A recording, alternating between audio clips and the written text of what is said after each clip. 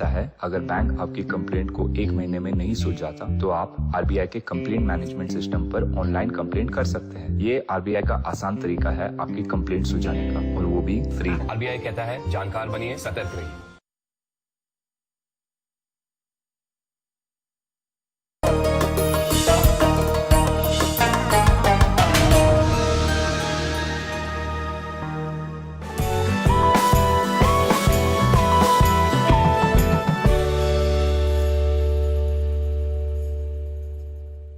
आदाब। Income, savings, investment और digital economy पर बेस्ट खास प्रोग्राम लेकर हाजिर हूं मैं सूर्यकांत शर्मा।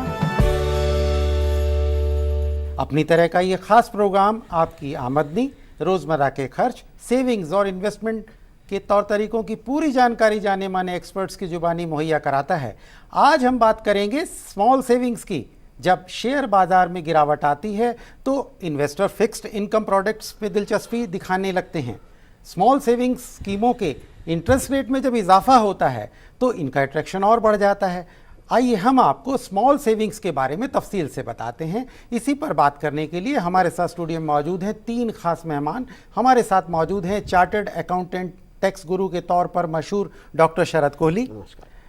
हमारे साथ स्टूडियो में मौजूद हैं द हिंदू बिजनेस लाइन के senior deputy editor Shishir Sinha साहब। नमस्कार। और हमारे साथ मौजूद हैं सिंडिकेट के बैंक के रिटायर्ड एजीएम धीरेन्द्र संगल साहब। आप तीनों मेहमानों का हम अपने स्टूडियो में खैर मकदम करते हैं। और मेरा पहला सवाल जाने माने टैक्स गुरु डॉक्टर शरद कोहली से है। साहब, ये मनी पर्सनैलिटी क्या है और सेविंग में इसका क्या अहमियत है? देखिए, मनी पर्सनालिटी की अगर हम बात करें तो किसको नहीं चाहिए पैसा कल के भविष्य के लिए, सीधी सी बात है। और अगर आप मुझे, क्योंकि हम डीडी उर्दू पे हैं और उर्दू में अगर बयान करने का मौका दे तो किफ़ायत बड़ी चीज़ है, जम के कीजिए। किफ़ायत बड़ी चीज़ है, जम के कीजिए। और बुजुर्गियत का अगर है ख्याल तो स्मॉल सेविंग्स कीजिए। देखिए क्यों, अब बात क्या है कि आपको भविष्य के लिए जोड़ना है, और भविष्य के लिए अब आपके पास थोड़ा सा भी पैसा इकट्ठा होता है तो सोचते हैं अब इसका क्या किया जाए। पैसे के इतने इस्तेमाल हैं, खर्च किया जा सकता है, बचाया जा सकता है। और बचाना मैं समझता हूं भविष्य के लिए, जो बचा रहा है उसके लिए भी, देश के लिए भी, जिस इंस्टीट्यूशन के थ्रू बचाया जा रहा है उसके लिए भी हर तरीके से फायदा ही फायदा है। और अगर हम स्मॉल सेविंग्स पे शर्मा जी जाएं तो स्मॉल सेविंग्स में जो सरकार की तरफ से स्कीम्स चलती हैं वो ज्यादा मशहूर हैं। हम बात पीपीएफ की करें, हम बात एनएससी की करें, हम बात पोस्ट ऑफिस में जो स्कीम्स चलती हैं, पोस्ट ऑफिस का टर्म डिपॉजिट है, पोस्ट ऑफिस की एक MIS है, मंथली इनकम स्कीम जिसको कहते हैं, वो है। और सबसे जो आजकल इंटरेस्टिंग और जो खासकर जो नौजवानों को भी अपनी तरफ खींच रही है वो है SIP, जिसको हम बोलते हैं सिस्टमैटिक इन्वेस्टमेंट प्लान। और ये SIP की अगर मैं बात करूं शर्मा जी, तो इस SIP में खास बात क्या है कि ये आपको एक तरफ स्मॉल सेविंग के फायदे भी देती है, दूसरी तरफ शेयर मार्केट, जिसका अभी आपने जिक्र भी किया अपने इंट्रोडक्शन में, उस शेयर मार्केट में जो उतार चढ़ाव होते हैं उनसे भी आपको, एक अंग्रेजी में शब्द होता है इम्यून, उससे आपको बचा के रखती है और उसके साथ में फायदे भी पहुंचाती है। तो मैं समझता हूं कि स्मॉल सेविंग स्कीम्स ऐसी है। और ऐसे माहौल में जब आपने आज बताया कि शेयर मार्केट गिर रही है, देखिए शेयर मार्केट का गिरना और उठना दोनों ही टेम्परेरी होता है। वो शेयर मार्केट ही क्या जो खाली गिरे, या वो शेयर मार्केट ही क्या जो खाली उठे। तो इसका गिरना उठना पर मैं समझता हूं, एक अंग्रेजी में जो कहावत हम बोलते हैं, बड़ी मशहूर कहावत है, सब लोग जानते हैं कि do not put all eggs in the same basket. आप अपनी सारी कमाई को एक ही जगह तो कभी वैसे भी नहीं इन्वेस्ट करना चाहिए। और अगर हम सारी चीजों को इकट्ठा देखें और हमारी जो एसेट्स हैं, जो हमारी सेविंग्स हैं, जो हमारी बचत है, जो हमने किफायत करके बचाया है, उसको हम थोड़ा थोड़ा अगर सब जगह बचा कर रखें तो हमें एक अच्छा रिटर्न भी आ जाता है। हमारा जो भविष्य है, जो आने वाला समय है, वो भी सुरक्षित हो जाता है और आपको एक सुकून भी मिलता है कि आपका पैसा आप ठीक जगह पड़ा है। और स्मॉल सेविंग्स में एक खास बात क्या है शर्मा जी, कि ये सारी की सारी आपको गारंटीड रिटर्न देती हैं, फिक्स रिटर्न देती है। अगर मैं SIP को छोड़ दूं, SIP को हम अलग से बात कर लेंगे अभी, जैसे जैसे कार्यक्रम आगे चलेगा। फिक्स्ड होती हैं, ये आपको गारंटीड रिटर्न देती हैं और आपको एक निरंतर रिटर्न आता रहता है। और एक इसमें और अच्छी बात, इससे पहले कि आप दूसरे गेस्ट के पास जाएं, मैं बताना चाहूंगा कि ये इन्फ्लेशन के साथ, मुद्रास्फीति के साथ लिंक्ड होती है। मतलब अगर महंगाई की दर मान लीजिए इस समय 3.5-4% है, हालांकि खाद्य सामग्री की भी मिला ले तो 7.5-8 के बीच में है, पर खाद्य सामग्री की मैं मानता हूं कि टेम्परेरी होती है, मौसम की वजह से सीजनल होती है। जो असली जो इन्फ्लेशन का रेट है वो 3.5-4% के बीच में। तो सरकार की कोशिश ये रहती है कि आपको इन्फ्लेशन से, मतलब जो महंगाई में आप फालतू खर्च कर रहे हैं उससे थोड़ा सा फालतू आपको रिटर्न अवश्य आता रहे, जिससे कि अगर आप अपना जीवन आराम से बिता रहे हैं तो जो आप फालतू खर्च कर रहे हैं उधर आपको अपनी सेविंग्स पे रिटर्न आ रहा है, हिसाब किताब बराबर रहता है, बल्कि आपको कुछ कमाई ही इसमें हो जाती है। तो मनी पर्सनैलिटी आपके अंदाज से ये हुआ जिसको पूरा ओवरऑल फाइनेंशियल चीजों के बारे में पता है। जी हाँ, मैंने देखिए मनी पर्सनालिटी के रूप में आपको जो मनी पर्सनालिटी के गुण होते हैं जी, वो मैंने वो साथ में बता दिए। अच्छी मनी पर्सनालिटी वही है जो बिल्कुल आराम से सोए, चैन से रहे। किस मामले में? पैसे के मामले में। जो मैंने गाड़ी कमाई, मेहनत की अपनी करी है, जो मैंने आज तक बचत करी है, वो बचत फिर अंग्रेजी, क्योंकि कुछ शब्द ऐसे होते हैं, हालांकि हमारा कार्यक्रम अंग्रेजी का नहीं है, पर कुछ लेट योर मनी वर्क, मतलब आपका पैसा, आप आराम से सो भी रहे हैं, पैसा काम कर रहा है, उसको मैं अच्छी मनी पर्सनालिटी मान के चलता हूं। तो मैं यहीं से आता हूं शिशिर सिन्हा साहब के पास, लेट योर मनी वर्क। तो स्मॉल सेविंग में फाइनेंशियल प्लानिंग की क्या अहमियत है साहब?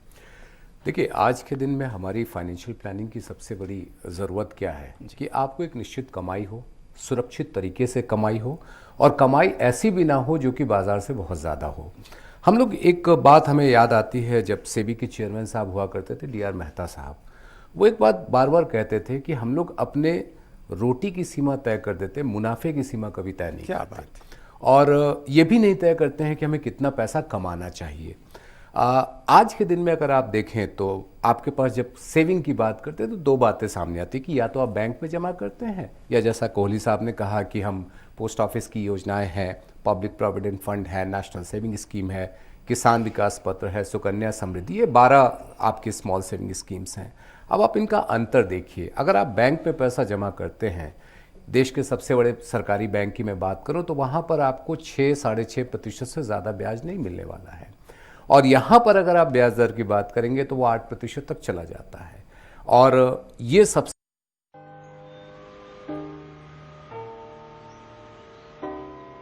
ध्यान रखते हैं हर घड़ी मेरा, और माँ जी प्यार से हाथ बटाती हैं। अगर हर कोई रखता है मेरा इतना ख्याल, तो मैं क्यों ना रखूं अपना ध्यान। इसीलिए 9 तारीख को सरकारी अस्पताल जाती हूँ, जहाँ अब सरकारी के संग प्राइवेट डॉक्टर भी आते हैं। प्रधानमंत्री सुरक्षित मातृत्व अभियान के तहत हर महीने की 9 तारीख को सभी सरकारी अस्पतालों में गर्भवती महिलाओं की विशेष सेहत जांच मुफ्त की जाती है, ताकि अगर खतरे के लक्षण हो तो उनका सही समय पर इलाज कर सके। 9 तारीख को मेरा ख्याल सबसे पहले। National health mission Jammu Kashmir द्वारा जनहित में जारी। से हमारे लिए महत्वपूर्ण होता है कि इसमें और कैसे इजाफा हो। तो जब आपको इस पे टैक्स में भी छूट मिल जाए, जैसे नेशनल सेविंग सर्टिफिकेट है, 5 साल का स्कीम है, 5 साल के लिए अगर आप स्टेट बैंक में फिक्स डिपॉजिट करते हैं, वहां पर भी टैक्स बचाने के लिए एक स्कीम है जिसके जरिए आपको टैक्स का बेनिफिट भी मिल जाता है, लेकिन वहां पे ब्याज दर आपके लिए कम है। और यहाँ पर आप टैक्स बचाने के साथ साथ आप 7.9% का ब्याज भी हासिल कर रहे हैं, वो सुरक्षित है क्योंकि ये सरकार की ओर से बिल्कुल गारंटीड होता है। मुझे लगता है कि ज़्यादा से ज़्यादा लोगों का स्मॉल सेविंग में आना, एक तो ज़्यादा आपके लिए हासिल करना है ब्याज, दूसरा एक सुरक्षित हासिल करना है। और जो कहते हैं पैसा कैसे काम कर रहा है, आप जो स्मॉल सेविंग में पैसा लगाते हैं वो कहाँ जाता है। इस साल के बजट को देखिए, इस साल के बजट में स्मॉल सेविंग पे बहुत चर्चा हो रही है, क्योंकि जो फूड सब्सिडी का एक हिस्सा है वो स्मॉल सेविंग फंड के जरिए दिया जा रहा है।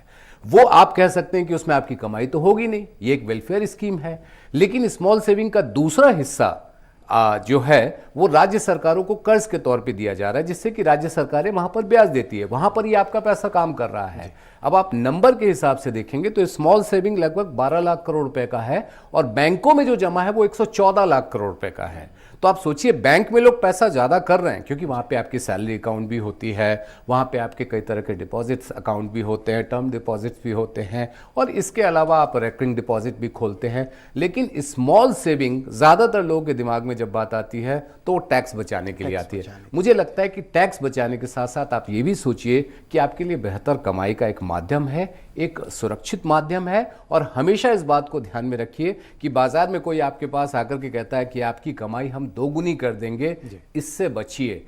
मुनाफा कमाने के मामले में इतना अंधे मत हो जाइए कि आपको अंदाज़ा ही ना हो सके कि बाजार किस दिशा में जा रहा है। अगर बाजार आपको 8% से ज़्यादा नहीं दे रहा है, कोई 14% देने की बात करे, कोई 18% देने की बात करे, कृपया कर इससे बचिए, क्योंकि ये आपके लिए आपका जो मूल भी है, ब्याज तो छोड़िए, जो मूल है वो भी डूब जाएगा।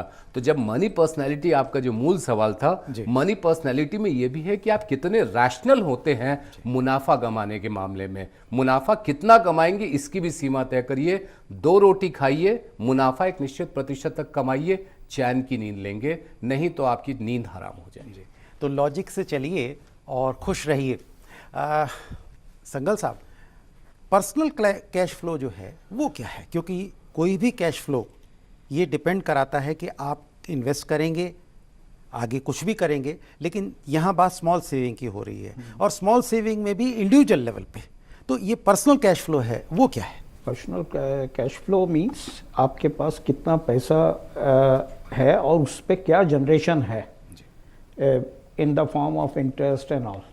सो उसको हमें ये देख के चलना है कि हमारे पास रीज़नेबल आना चाहिए। जैसे अभी सिन्हा साहब ने बोला कि लोग बोलते हैं कि हम दुगना कर देंगे और इस तरह की जो लोग आते हैं उनसे दूर रहना चाहिए और एक रीज़नेबल रिटर्न अगर हमें आता है तो हमें we should be satisfied with that and that should be use for us. Kohli साहब, इसमें अभी बात चल रही थी, आपने कहा लेट योर मनी वर्क, आपने बजट में स्कीमों का हवाला दिया और सही दिया। तो मैं इससे आता हूं कि अभी आपने SIP की भी बात की, तो क्या कम उम्र में जब हम कोई सेविंग की प्लानिंग करते हैं, क्या उससे बेहतर मुस्तकबिल की उम्मीद है?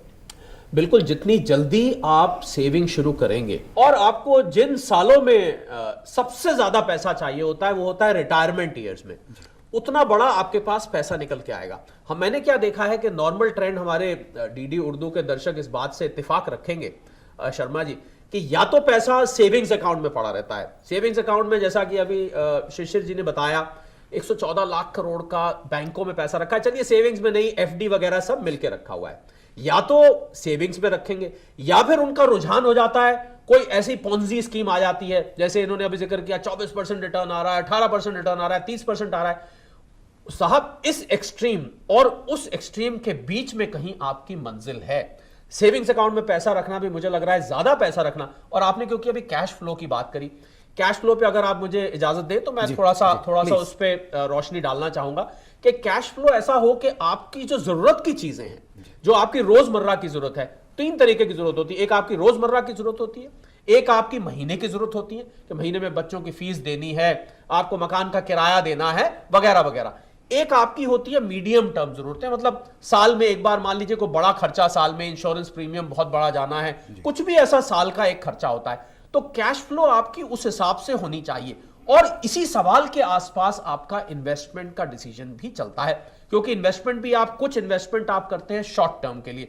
तो सेविंग्स अकाउंट में आप वही पैसा रखें जो पैसा आपको रोजमर्रा या 1 महीने के अंदर जरूरत पड़ने वाला है। ज्यादा पैसा मैंने देखा है शर्मा जी, लोगों का लाखों रुपए, अब मैं ये नहीं कह रहा कि लाखों रुपए की कमाई है, पर जो भी आज तक उन्होंने जोड़ा है सबका सब सेविंग अकाउंट में पड़ा रहता है। मैंने लोगों के सेविंग अकाउंट में 20-20, 25-25 लाख पड़े देखे हैं। और ये नहीं कि वो बहुत अमीर लोग हैं, वो बड़ा आम आदमी है, मिडिल क्लास का है, पर वो पैसा और मैं समझता हूं कि बहुत बर्बादी है पैसे की, क्योंकि वही पैसा अगर वो 4% जो सेविंग्स अकाउंट दे रहा है, वही पैसा अगर आप 8% पे लगा सकते हैं, तो मैं अब यहां पर शो पे कैलकुलेशन तो नहीं करके दिखा सकता, पर बहुत बड़ा नुकसान आप अपना करते हैं अगर आप 8% की बजाय 4% पे पैसा सिर्फ इसलिए पड़ा रखते हैं क्योंकि आपने पैसा बोलता है शो आज ये वाला नहीं देखा है, और आपको इसके माध्यम से जो जानकारी मिल रही है या अन्य किसी सोर्स से आपको जानकारी मिल रही है वो बहुत जरूरी है। तो सेविंग और इस एक्सट्रीम और उस एक्सट्रीम के बीच में कहीं मंजिल मुझे लगता है नजर आती है शर्मा जी। और सभी दर्शकों को अपने सेविंग अकाउंट में 1 महीने से ज्यादा पैसा ना रखें। जैसे ही आपको फालतू दिखे, चलिए आप बैंक की फिक्स्ड डिपॉजिट की तरफ रुझान है, होता रहे रुझान, पर कुछ पैसा आप आज इस कार्यक्रम के बाद आप स्मॉल सेविंग्स पे रखना जरूर शुरू कर दें। तो यहीं से चलते हैं बैंकर साहब के पास, क्योंकि बैंक हमारी जिंदगी में बहुत अहमियत रखता है। अभी डॉक्टर कोहली ने कहा, तो क्या कितना, आप तो 2-4 होते हैं, आपके पास कस्टमर्स भी आते हैं, संगल साहब हमारा ये पैसा है या रिटायरमेंट का पैसा है या कोई भी इनकम से उसने जनरेट किया, तो जो सेविंग्स में एक लिमिटेड पैसा रखें, तो आपके हिसाब से कौन कौन सी ऐसी स्कीम्स हैं बैंक की जहां उसे वो पैसे को पार्क करे और बेहतर इंटरेस्ट ले? अभी आपने जो मेंशन किया है कि जैसे रिटायरमेंट का पैसा है जी, आज के टाइम में best scheme is senior citizen savings scheme, where maximum rate of interest is 8.6 at present. इसके अंदर आप, और इसमें मैक्सिमम आप 15 लाख तक ही इन्वेस्ट कर सकते हैं, आप ये कर सकते हैं, और इसके अंदर आपको मैक्सिमम रिटर्न मिलेगा। उसमें भी वो क्वार्टरली इंटरेस्ट मिलता है। तो उसके अलावा और स्कीम्स हैं जहाँ कंपाउंडिंग इंटरेस्ट होता है और क्वार्टरली मिलता है, तो उसमें भी कर सकते हैं, पर this is the most beneficial as far as interest is concern, where as और जो स्कीम्स है उसमें स्लाइटली लोअर है। जी, नहीं ये तो रिटायरमेंट या जो रिटायर्ड सीनियर सिटीजन के बारे में बात हुई, जो अच्छा इन जनरल तो ये और जो स्कीम्स हैं बैंक्स में कि फिक्स डिपॉजिट कर दिए, उसमें भी कई तरह का होता है। कहीं पे आपको क्वार्टरली इंटरेस्ट मिलता है, कहीं हाफ ईयरली मिलता है, कहीं आपको कंपाउंडिंग करके ऑन मैच्योरिटी मिलता है, उसके अंदर थोड़ा सा ज़्यादा पड़ता है एज कंपेयर टू। और उसमें ये भी है कि जितना उनको इंटरेस्ट आ रहा है उसको वो रिक्वायरमेंट के हिसाब से कुछ पैसा वो रिकरिंग खोल दें और उसमें जाता रहे, तो उससे वो मल्टीप्लाई हो जाता है। तो आगे चलते हैं शिशिर सिन्हा साहब के पास। आप एक बजट के जाने माने एक्सपर्ट रहे हैं, अभी आपने जिक्र भी किया, तो क्या किसी भी इंडियन या हमारी इंडियन इकॉनमी को अगर लें या किसी भी कंट्री में लें जो हमारे लेवल की इकॉनमी है, जाहिर सी बात है डेवलप तो नहीं है, डेवलपिंग है, तो इसमें इन्वेस्टमेंट का या सेविंग का क्या रोल है किसी भी इकॉनमी को खड़ा करने में? देखिए, हमें कई बार ये फ़र्क महसूस नहीं होता है कि हम जमा क्या करते हैं और निवेश क्या करते हैं, और ये कई बार लोग जमाकर्ता को निवेशक भी बना देते हैं और निवेशक को जमाकर्ता भी कर देते हैं। हमें इस अंतर को समझना चाहिए।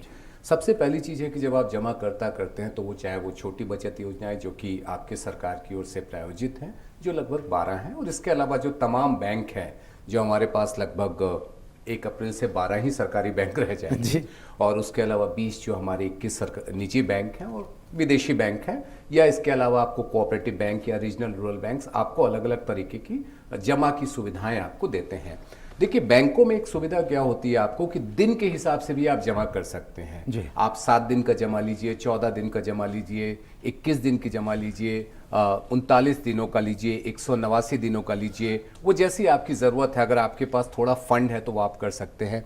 दूसरा क्या है कि रेकरिंग डिपॉजिट में फ्लेक्सी रेकरिंग डिपॉजिट की भी सुविधा कुछ बैंक आपको प्रोवाइड।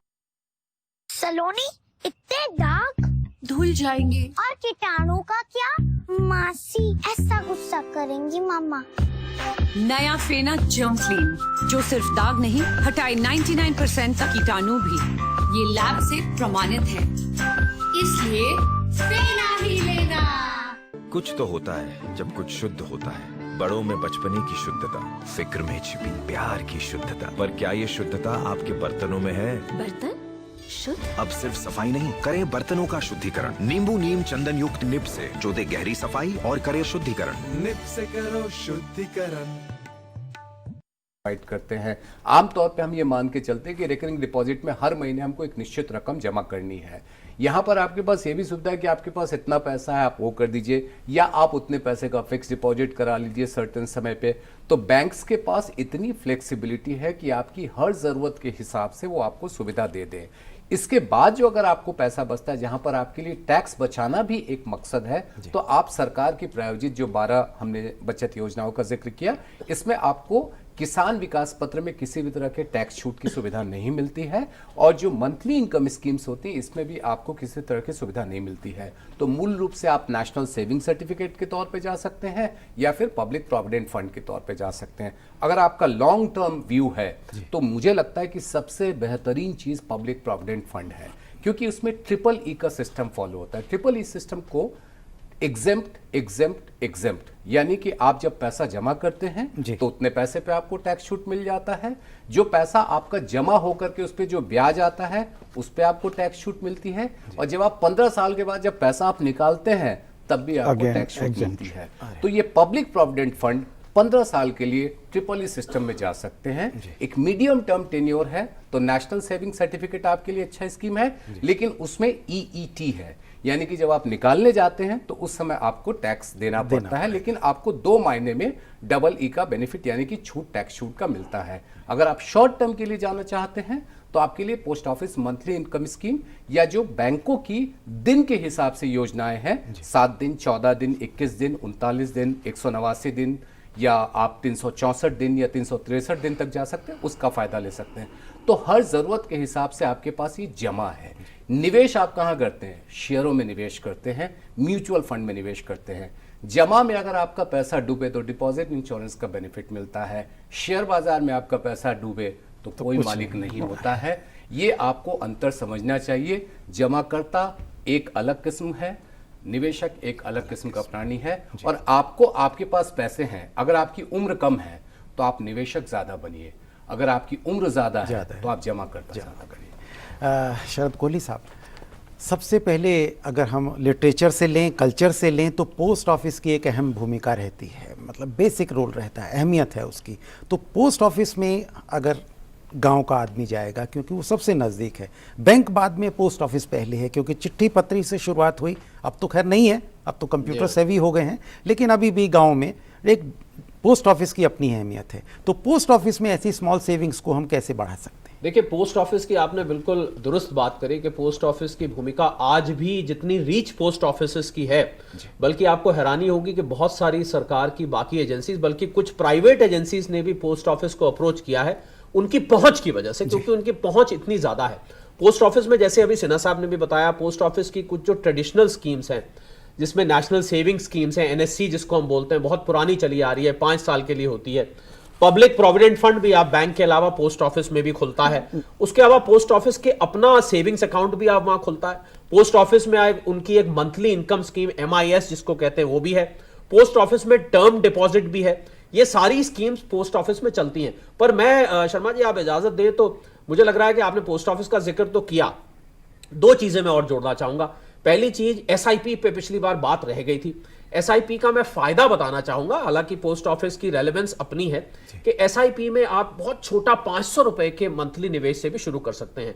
अब इसमें SIP में फायदा यह है कि जो शेयर मार्केट में आने वाला उतार चढ़ाव है, अगर आप SIP को लॉन्ग टर्म के लिए, लंबी अवधि के लिए, दीर्घ काल के लिए ले रहे हैं, तो आप क्या करते हैं कि हर महीने, मान लीजिए इस महीने शेयर मार्केट नीचे गिरी, आपने 500 रुपए लगाया, अगले महीने शेयर मार्केट ऊपर गिरी, आपने 500 रुपए लगाया, फिर उसके बाद मीडियम पे आ गई, आपने 500 रुपए लगाया, तो क्या होता है कि एवरेज तौर पे आपका पैसा हर शेयर मार्केट के मूवमेंट पे लगता जा रहा है।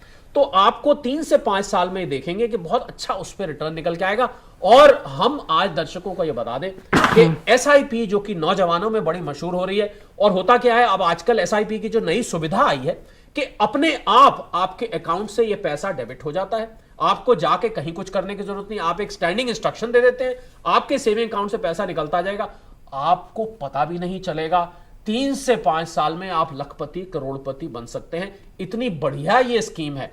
और दूसरी बात जो मैं जोड़ना चाहता था कि बहुत लोगों की शिकायत रही, क्योंकि आपने पोस्ट ऑफिस की बात करी, बहुत सारे लोग शिकायत करते हैं कि साहब इसका इंटरेस्ट रेट गिरता जा रहा है। रिटायर्ड लोग खासकर ये कहते हैं कि हम तो इसी सेविंग के सहारे अपना बुढ़ापा काट रहे थे, तो अब कैसे गुजारा होगा, कहां 9%, 10%, एक जमाने में 14-12%, आज घट के औसतन 7-7.5% के करीब आ गई है। तो उनको यह रहता है कि अब क्या होगा। तो मुझे लगता है इसमें पहली बात तो मैंने जो पहले बताया कि इन्फ्लेशन से लिंक्ड है। अगर इन्फ्लेशन कम है तो सरकार को यह मजबूर होना पड़ेगा उस रेट को घटाने के लिए। अगर इन्फ्लेशन और नीचे जाती है, महंगाई घट रही है, तो इंटरेस्ट रेट धीरे धीरे घटते हैं। और हम ये भी ना भूलें कि भारत जो डेवलपिंग इकोनॉमी से डेवलप्ड इकोनॉमी की तरफ बढ़ेगा, त्यों इंटरेस्ट रेट कम होंगे। किसी भी विकसित देश के लिए, डेवलप्ड कंट्री का एक सिम्टम होता है कि वहां इंटरेस्ट रेट्स कम रखे जाते हैं। बोरोइंग पे भी, तो अगर साहब बोरोइंग पे कम है, पैसा सस्ता उधार दिया जा रहा है, तो पैसा लिया भी सस्ता जाएगा। वो दोनों इक्वेशन को हमेशा बैलेंस रखा जाता है।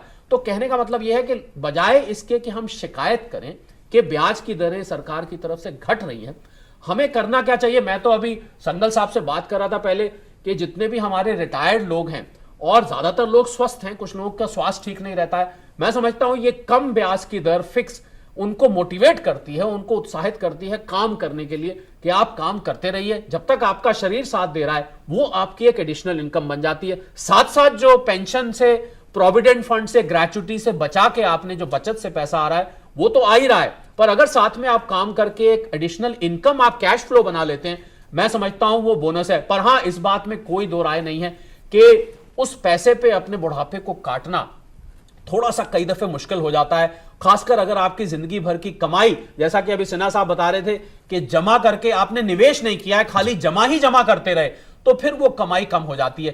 तो इसलिए स्मॉल सेविंग्स का बहुत बड़ी अहमियत है और बहुत बड़ा रोल है आपके वर्तमान के लिए ही नहीं, आपके आने वाले समय के लिए भी। जी सिन्हा साहब, एक कंक्लूडिंग रिमार्क आपकी तरफ से कि स्मॉल सेविंग में कैसे बढ़ा सकते हैं, क्या हो सकता है और स्मॉल सेविंग कितनी जरूरी है? देखिए, मुझे लगता है कि आप जितने कम उम्र से जैसे आपकी नौकरी लगे तो आपका एक मकसद ये भी होना चाहिए कि हमें टैक्स भी बचाना है और एक निश्चित समय के लिए हमारे पास पैसा भी जमा करना है। उस पर आप 3 कैटेगरी बना लीजिए, एक आपका शॉर्ट टर्म है, एक आपका मीडियम टर्म है और एक आपका लॉन्ग टर्म है। लॉन्ग टर्म के लिए आप पीपीएफ अकाउंट खोल लीजिए, मीडियम टर्म के लिए आप नेशनल सेविंग सर्टिफिकेट ले लीजिए और शॉर्ट टर्म के लिए जो पोस्ट ऑफिस की मंथली इनकम स्कीम है उसमें आपको लेना चाहिए। इसके अलावा आपको एक अपने पैसे का, अपनी कमाई का एक हिस्सा कंटिजेंसी फंड के तौर पे ज़रूर रखना चाहिए, क्योंकि बीमारी आपको कभी बता करके नहीं आती है और जब बीमारी आ जाए तो आपके खर्च जिस तरह से होते हैं वो आपको अंदाज़ा नहीं होता, आपके सारे बजट बिगड़ जाते हैं। तो एक हिस्सा आपको सेविंग बैंक अकाउंट में रखना चाहिए जिससे कि आप उसका इस्तेमाल कभी भी इन हारी बीमारी के समय में आप कर सके।